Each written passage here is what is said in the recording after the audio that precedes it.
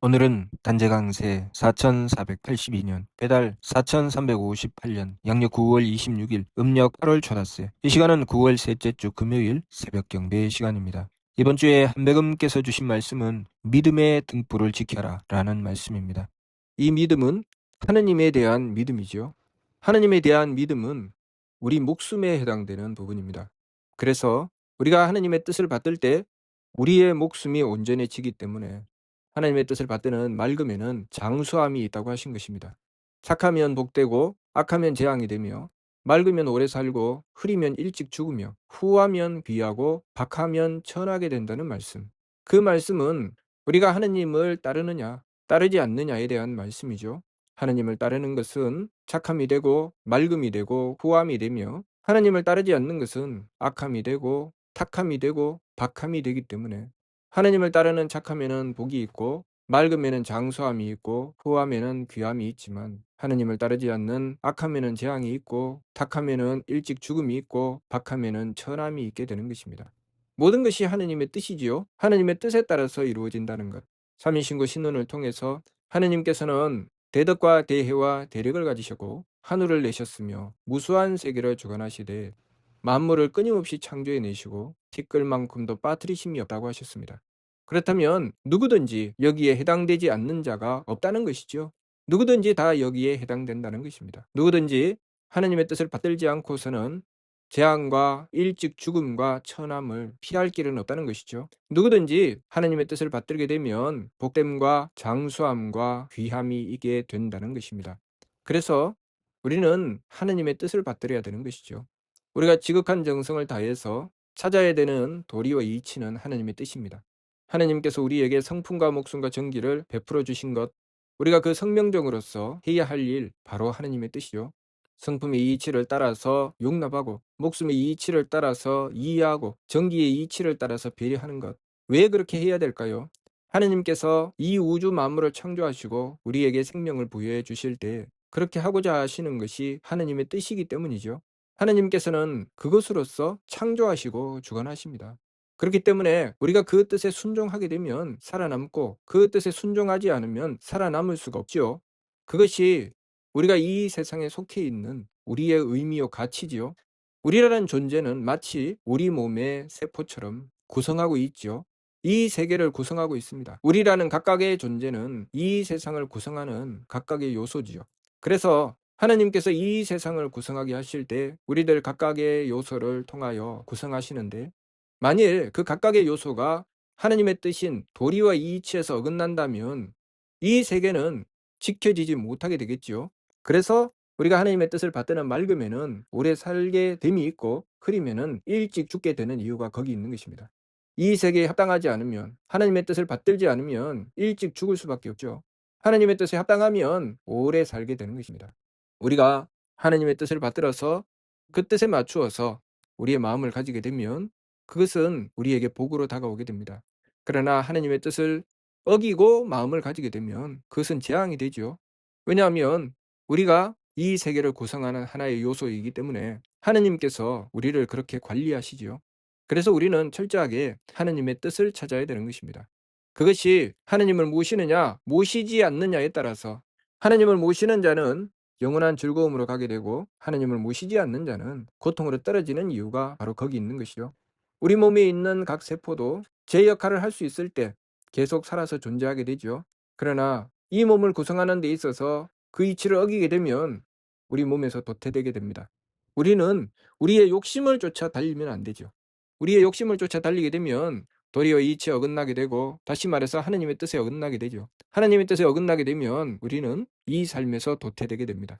그렇기 때문에 철저하게 하나님의 뜻을 구하고 그 뜻에 맞추어야 되죠. 각각의 세포는 그 각 세포의 구성 요건이 있습니다. 자신의 역할을 해야 되죠. 우리는 나의 존재의 가치를 깨닫고 그 가치를 발휘하는데 최선을 다해야 되죠. 그것은 무엇입니까? 하나님의 뜻을 받드는 것이죠. 하나님께서 우리에게 주신 것은 성품과 목숨과 정기입니다. 성명정을 주셨다고 하시는 것은 그것이 나의 가치죠. 내가 그것을 발휘할 때 성명정을 온전히 하여 성명정의 이치대로 행하여 나갈 때 나라는 존재는 그 가치를 발휘하게 되는 것입니다. 성품의 이치는 용납하는 것이라고 하셨습니다. 용납해야 되죠. 목숨의 이치는 이해하는 것이라고 하셨습니다. 이해해야 되지요. 정기의 이치는 배려하는 것이라고 하셨습니다. 배려해야 됩니다. 그래서 우리가 하느님을 모시고서 용납하고 이해하고 배려해 나가는 성명정의 참된 길로 나가야 되는 것이죠.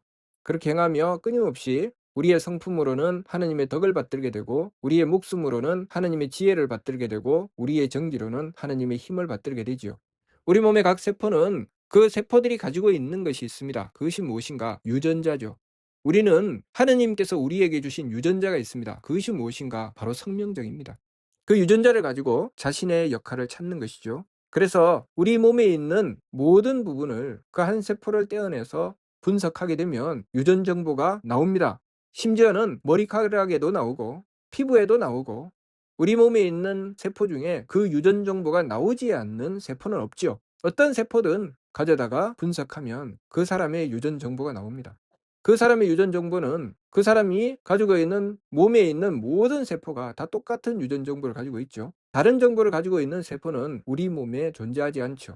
특별한 경우를 제외하고는 우리 몸에 똑같은 유전 정보를 가진 세포들이 우리의 몸을 형성하고 있습니다. 그런 것처럼 우리가 사는 이 세계는 똑같은 성명정이라는 이치를 하느님으로부터 받아서 우리는 그것으로 살아가고 있습니다. 단지 우리가 그 유전 정보를 받아서 각 세포가, 어떤 세포는 피가 되고 어떤 세포는 근육이 되며 어떤 세포는 뼈가 되고 어떤 세포는 머리카락이 되고, 이렇게 각각의 행하는 역할이 다를 뿐 그 각자가 가지고 있는 유전자는 똑같지요. 같은 유전 정보를 가지고 있습니다. 같은 유전 정보를 가지고 각각의 역할을 하는 것일 뿐이지요. 마찬가지입니다. 우리 삶의 목적은 성명정이 있습니다. 우리가 어떤 일을 행하든, 이 세상에서 어떤 역할을 맡든, 남자가 되었든 여자가 되었든, 또 사회적 지위가 높든 낮든, 부유하든 가난하든 똑같은 성명정을 가지고 있죠. 그 성명적이라는 목적을 가지고 이 세상의 삶을 살아가는 것입니다. 목적은 하느님의 덕과 지혜와 힘을 받드는 것입니다. 그래서 내가 그 성명정을 채우기 위해서 주어진 내 삶이라는 조건, 그 조건 속에서 내가 해야 될 일을 찾아서 해야 되는 것이죠. 항상 이치는 마치 우리 몸의 세포가 유전 정보를 바탕으로 움직이는 것처럼 우리의 이치는 성명적입니다. 그래서 끊임없이 우리는 하느님의 뜻을 받들어서 용납하고 이해하고 배려해 나가며, 결국 목적이 무엇입니까? 하느님의 덕과 지혜와 힘을 받들겠다는 것입니다. 성명정을 전제하는 것이 우리 삶의 목적이죠. 그래서 그 완성에 가서는 성통공한, 성품을 통하고 공적을 완성하는 것. 성품을 통하고 공적을 완성한다고 하는 것이 무엇입니까? 나의 성명정과 하느님의 덕혈력이 하나가 되는 것이죠. 내가 성명정을 가지고 온전히 하느님의 덕혈력을 받드는 것입니다. 내가 용납을 하되 하느님의 덕을 온전히 받들어서 용납하게 되고, 내가 이해를 하되 하느님의 지혜를 온전히 받들어서 이해하게 되고, 내가 배려를 하되 하느님의 힘을 온전히 받들어서 배려하게 되는 것. 그것이 목적이죠. 그렇게 우리의 삶이 이루어지게 됩니다. 그렇게 우리의 삶이 이루어지게 되면 그것으로 우리 각각의 역할을 하기 때문에, 그것으로 가정을 이루게 되면 그 가정이 행복하게 되죠. 경사가 넘치는 가정이 됩니다. 우리 몸에 있는 각 세포들이 제 역할을 했을 때 우리의 몸은 건강해지는 것처럼, 우리들 각자가 제 역할을 했을 때 우리의 가정이 건강해지죠. 그래서 그 가정이 화목한 가정이 되는 것입니다. 그런데 그 중에 병든 세포가 들어있으면 그 부분이 정상적인 활동을 하지 못하게 되죠. 그래서 우리 몸의 어느 부분이 병들었다, 그것은 그 속에 제 역할을 하지 못하는 세포가 있더라, 그렇게 되는 것이죠. 그런 것처럼 우리가 가정을 이룰 때 그 가정에서 모두가 다 성명적인 이치를 따라서 하느님의 덕혜력을 받드는 길을 위해 자신의 삶을 충실하게 살아가게 되면 그 가정은 화목한 가정이 됩니다. 그러나 그 중에 누군가가 그 이치대로 따라서 행하지 않고 하느님의 이치를 어긋나서 제 욕심을 쫓아 달리게 된다, 그러면 그것만큼 그 가정이 힘들어지겠지요. 그렇게 되면 다른 세포들이 그 부분을 채워주게 되면, 그 문제를 해결하게 되면 다시 그 몸의 건강을 지킬 수 있게 되죠. 그런 것처럼 우리 가정에 문제가 생기게 되면 그 부분을 채우기 위해서 다른 정상적인 사람들이 하느님께 빌고 정성 들이면 됩니다. 그래서 더욱더 지극한 정성으로 하느님의 덕혜력을 받들게 되면 그 가정을 다시 지킬 수 있게 되죠. 그래서 한 가정에 훌륭한 한 사람이 있어서 하느님께 빌고 매달려 원도하고 정성 들이면 그 가정이 지켜지게 되는 것입니다. 같은 이치로 우리 사회와 이 나라도 마찬가지죠. 하느님의 덕과 지혜와 힘을 받들어서 지극한 정성을 다하여 그 성품이 그 나라를 온전히 덮게 되면 그 한 사람으로 인해서 그 나라가 평화를 얻게 됩니다. 그 나라가 번영하게 되죠. 그 나라에 있는 모든 이들이 다 그렇게 행하게 되면 그 나라는 그 모든 이들의 행함으로써 그들이 이루어 나가는 성명정의 참됨으로써 그 나라가 번영하게 되죠.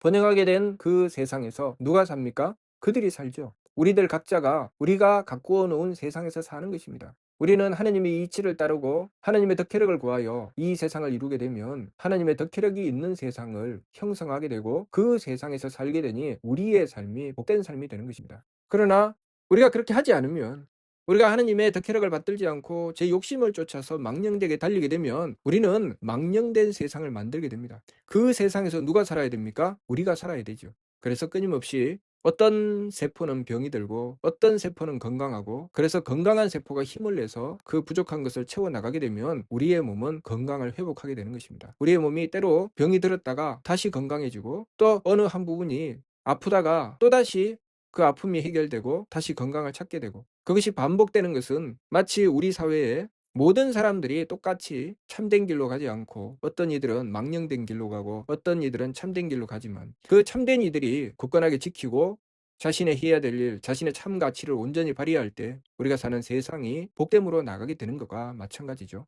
참된 이들이 포기하면 더 이상 못하겠다, 이렇게 욕심을 쫓아 망령되게 달린 이들을 더 이상 두 눈 뜨고는 못 보겠다, 나도 이제 더 이상 못하겠다, 너희들이야 죽든 살든 나는 몰라, 그렇게 되면 우리 몸에서 만일 그런 일이 벌어지면 우리는 그때부터 이제 죽는 것이죠. 죽을 병이 걸린 것입니다. 죽을 병이 걸리게 되면 어떤 일이 벌어지느냐? 건강한 세포들이 이제 더 이상 감당할 수 없다고 포기하기 시작하죠. 그러면 우리는 죽을 날만 기다려야 됩니다. 그러나 우리 몸에 건강한 세포들이 힘을 내서 아무리 주변에 병든 세포들이 있어도 그 부족한 부분을 채워나가면서 살려내려고, 지켜내려고 몸부림치고 끝까지 지켜내게 된다면 우리의 몸은 건강을 회복하여 다시 살 수 있게 됩니다. 우리가 사는 세상도 마찬가지죠. 우리가 사는 세상도 우리가 하나님의 덕혜력을 받들기 위해서, 성명적인 참된 길로 가기 위해서 그 누가 무엇이라고 해도 꿋꿋하게 자신의 해야 될 일을 행해 나가고, 부족하고 모자라는 것에 대해서는 하느님께 간절하게 빌어서 정성 들여 구하게 되면 그들 때문에 이 세상은 재앙을 벗어나 복된 길로 나가게 되는 것입니다. 모든 것이 그렇게 형성되어 있습니다.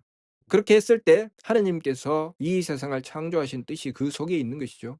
우리가 이 세상에 태어나서 살아가며 얻어야 될 것이 무엇일까요? 우리는 우리의 성명적을 갖고 하느님의 덕혜력을 받는 것을 얻어내야 됩니다. 그래서 그 능력을 얻게 되면 우리는 어떤 존재가 됩니까? 하느님의 대덕과 대혜와 대력을 받드는 존재가 됩니다. 하느님께서 우리에게 이 세상의 삶을 부여하신 목적이 거기 있는 것이죠. 우리가 하느님의 대덕과 대혜와 대력을 받들어내는 존재. 그래서 하느님의 덕을 받들어 베풀 수 있고 하느님의 지혜를 받들어 베풀 수 있고 하느님의 힘을 받들어 베풀 수 있는 존재, 그런 존재를 길러내시기 위해서 이 세상을 창조하시고 우리의 삶을 주신 것이죠. 우리는 살아가는 가운데 그것을 이루어내야 되죠. 그것을 이루어낸 자를 성통공한자라고 하죠. 그래서 하느님께서 그러한 자에게 누리를 맡기시죠. 그 누리를 맡기시면 그 누리를 맡은 자가 무엇을 합니까? 하느님의 덕을 받들어 베풀고 하느님의 지혜를 받들어 베풀고 하느님의 힘을 받들어 베풀어서 그 누리를 살리는 것이죠. 마치 한 사람이 하나님의 덕과 지혜와 힘을 받들어서 그 세상을 살려내는 그 일을 이 세상에 하였을 때 그 사람을 하느님께서 들어서 한 누리를 맡기시면 능히 그 일을 맡아서 그 누리를 지켜낼 수 있게 되죠. 그래서 해세계 사자가 700세계를 거느리게 되었다는 말씀을 하신 것입니다. 솔직히 해세계 사자가 700세계를 거느렸든 해세계 사자가 1000세계를 거느렸든 10,000세계를 거느렸든 그것이 우리와 무슨 상관이 있겠습니까? 그러나 상관이 있기 때문에 삼일신구를 통해서 그 말씀을 주신 것이죠. 한 사람이 있어서 그 가정을 지키게 되면 그 사람은 가정을 지킬 수 있는 성명적을 가진 것입니다. 그 한 사람이 있어서 사회를 지키게 되면 그 사람은 이 사회를 지키는 성명적을 가지게 된 것입니다. 그 한 사람이 있어서 이 세상을 지키게 되면 그 한 사람은 이 세상을 지키는 성명적을 가지게 된 것이죠. 홍암대종사께서 도탄에 빠진 이 세상을 구하시기 위해서 하느님께 빌고 정성드리며 이 세상의 죄를 대로받겠다고 하느님께 빌고 순명조천하신 것은 누구의 성명적입니까? 홍암대종사님의 성명적이죠. 홍암대종사께서 이 세상을 구하시는 성명적을 갖추신 것이죠. 우리가 홍암대종사의 그 행하신 바를 따라가며 우리도 우리의 성명적을 갖고 해야 되는 이유는 그것이 하느님의 목적이기 때문이죠. 하느님의 목적은 우리가 우리의 성명적을 갖고 하느님의 덕혜력을 받는 것입니다. 그렇게 우리가 성장하고 발전하여 더 큰 덕혜력을 받을 수 있는 성명적을 갖고 내는 것, 그것이 하느님께서 우리에게 이 삶을 부여하신 목적이니 우리가 어리석으면 성명적은 가꾸지 않고 심기신으로 달리면서 용납하지 않고 이해하지 않고 배려하지 않으며 살아가는 길을 모색하게 됩니다. 그러나 지혜로운 자는 그 어리석은 길로 달리지 않죠. 지혜로운 자는 하느님의 뜻을 구합니다. 하느님의 뜻은 이 세상의 삶을 통해서 성명적을 가꾸는 것이기 때문에 성명적을 가꾸기 위해서 지극한 정성을 다하죠. 그래서 그 성명적을 가꾸는 사람이 어머니가 되면 그 어머니로서 그 자식을 향해서 지극한 정성을 다해서 용납해주고 이해해주고 배려해주죠. 그런 사람이 스승이 되면 또 제자를 기르기 위해서 용납하고 이해하고 배려합니다. 그 사람이 이 사회에 어떤 역할을 맡았든 그 역할을 맡아서 용납하고 이해하고 배려하며 자신의 참 가치를 발휘하게 되죠. 한 세포가 그 생명적인 이치를 따르게 되면 그 세포가 그 몸을 살리는 지대한 역할을 하게 되죠. 그렇게 하느님께서는 우리에게 성명적을 베풀어 삶을 부여하셨고 그것으로 우리는 이 세상을 이루어 나가게 되는 것입니다. 하느님께서 주신 세상 그리고 우리의 생명 그 참 가치를 바르게 깨닫고 하느님의 뜻을 받들기 위해서 지극한 정성을 다했을 때 궁극적인 목적 성통공헌을 이루어 나의 참 가치를 발휘하는 참된 성품, 참된 목숨, 참된 정기를 이룰 수가 있게 되는 것입니다. 우리 삶의 궁극적인 목적은 하느님의 대덕과 대혜와 대력을 받드는 것. 우리의 성품을 갖추어 하느님의 덕과 합하고 우리의 목숨을 갖추어 하느님의 지혜와 합하고 우리의 정기를 갖추어 하느님의 힘과 합하는 것이 우리 삶의 궁극적인 목적이라는 것을 항상 잊지 말고 이 삶을 통해서 그 참다운 목적을 이루어내기 위해서 지극한 정성을 다해야 하겠습니다. 그렇게 했을 때 하느님께서는 그를 맞이하신다고 하셨습니다. 그래서 우리가 이 세상에서 성통공헌을 이루게 되면 하느님께서 계시는 천궁에 올라 하느님을 뵙고 영원한 즐거움을 얻게 된다라고 하신 것이죠. 그러니 우리가 이 참된 이치를 바르게 깨닫고 우리가 이 세상에서 무엇을 해야 되는지 그 뜻을 받들어 나가야 됩니다. 하느님의 뜻을 받들어 나가야 되죠. 이번 주 말씀 믿음의 등불을 지켜라 하시는 말씀은 우리가 하느님을 향한 믿음을 지키라는 말씀이죠. 하느님께서 우리에게 왜 이 삶을 부여해 주셨는지 그 뜻을 깨닫고 그 뜻을 놓치지 않고 지켜나갈 때 우리는 하느님을 향한 믿음을 지키게 되고 그것이 우리의 삶을 밝히는 등불이 되죠. 그래서 그 믿음을 놓치지 않고 지켜나가며 우리의 삶을 밝혀나갔을 때 우리는 이 삶을 통해서도 괴로움을 벗어나 즐거움으로 나가게 되고 영원한 세계에서도 괴로움을 벗어나 즐거움으로 나가게 된다는 것 그것을 우리가 바르게 깨달아야 하겠습니다. 이번 주 말씀 믿음의 등불을 지켜라 무슨 뜻인지 이해가 됩니까? 마치도록 하겠습니다.